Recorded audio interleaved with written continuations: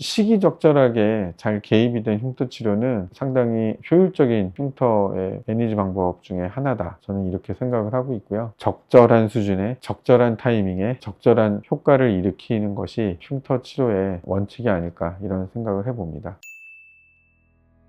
다쳐서 생긴 흉터 중에 제일 흔한 부분 중에 하나가 이 눈썹 위 흉터가 아닌가 싶어요. 그래서 이 환자는 일을 하다가 고속으로 회전하는 어떤 쇠 조각이 빠른 속도로 튀면서 눈썹 내측에 그대로 찍혀가지고 봉합을 하신 분이에요. 그래서 실밥 뽑고 몇 달 지났는데 이렇게 약간 검붉고 거무튀튀하면서 약간 함몰이 되려고 해서 고민이 돼서 오신 분인데요. 이 경우에 제가 하는 치료나 이런 것들은 일단 미간을 자꾸 찡그리는 특성이 좀 강한 분이어서 이게 미간이 모이다 보면 이 상처를 벌리는 효과가 있거든요. 그래서 우선 미간을 많이 움직이지 못하게 미간 보톡스를 우선 빨리 놨습니다. 흉터를 자꾸 잡아당기는 힘이 자주 반복되다 보니까 일단 그거부터 멈추게 하는 게 우선이었고요. 두 번째부터는 흉터를 재생을 시켜야겠죠. 그래서 봉합된 부분이 선상으로 함몰이 되고 있는 게 보이실 거예요. 색소 침착도 있고. 그래서 이 경우에 레이저가 보통 두세 가지 들어가는데 이 환자에게 썼던 방법은 롱펄스 레이저 하고 CO2 레이저 하고 고주파 세 가지를 많이 활용을 했어요. 고주파는 두 가지 특성이 있다고 보시면 됩니다. 에너지를 많이 높이면 흉터를 수축시키는 효과가 있어요. 일정 수준 흉터가 힘없이 벌어지지 않게 해주는 역할을 해줄 수가 있고, 또 아주 낮은 에너지를 활용할 경우에는 흉터 주변의 염증이나 이런 것들을 가라앉혀줘서 흉터가 자꾸 성장하는 걸 막아주는 부가적인 효과가 있거든요. 그래서 이 두 가지 효과를 적절히 잘 이용하면 흉터 치료에 상당히 괜찮은 도움을 얻을 수가 있습니다. 그래서 안쪽에 적절히 열을 가하는데 이게 눈썹이 가까우니까 또 레이저를 많이 쏘기는 어렵거든요. 그래서 눈썹을 피해서 최대한 진피층의 재생을 좀 유도하는 열을 좀 줬고요. 그리고 PDRM 같은 것들도 많이 썼고요. 그리고 이제 일정 수준 비유성 흉터로 자란 절개 양쪽 부분들을 조금씩 다듬어주는 효과, 이런 것들을 반복을 했습니다. 그래서 한 5번 정도를 한 기억이 나는데, 이제 하면 할수록 조금씩 상처가 주변 조직이 구분이 점점 적어질 정도로 상처가 희미해지죠. 그 정도 치료를 하고 나면 이제 저랑 보는 주기가 상당히 길어지게 돼요. 그래서 가장 최종적으로 볼 때는 한 6개월 이후가 되는 경우가 많습니다. 그래서 마지막 치료 후 제가 6개월 후에 보자고 했을 때 찍은 사진인데, 눈썹도 거의 많이 자라고 해서 눈에 잘 안 띄죠. 이 정도쯤 되면 이제 환자는 상당히 만족도 하시고 흉터에 대한 기억을 많이 지울 수가 있어요. 그래서 제가 치료할 때 포인트는 눈썹이 제모가 되지 않게 하는 게 일단은 중요하거든요. 흉터를 아무리 잘 치료한다 해도 원래 내 피부의 그런 질감을 100% 발휘하는 건 아니기 때문에 적절히 눈썹 속에 살짝 파묻혀서 잘 보이지 않게 하면 흉터가 10% 남았어도 그 10%가 잘 보이지 않는 거죠. 그 정도 상황까지 고려해서 미적인 만족감을 높이는 걸 포인트로 했었던 환자 사례입니다. 그래서 시기적절하게 잘 개입이 된 흉터 치료는 상당히 효율적인 흉터의 매니지 방법 중에 하나다. 저는 이렇게 생각을 하고 있고요. 너무 늦어서 오거나 초반 치료임에도 불구하고 너무 공격적인 치료를 하는 것도 좋지 않다고 보고요. 적절한 수준에, 적절한 타이밍에, 적절한 효과를 일으키는 것이 흉터 치료의 원칙이 아닐까 이런 생각을 해봅니다. 그래서 다친 부분이 계속 좀 불안정해지고 안 좋아지는 느낌이 든다면 지체 말고 와서 상의하시는 게 도움이 될 것 같습니다. 이상입니다.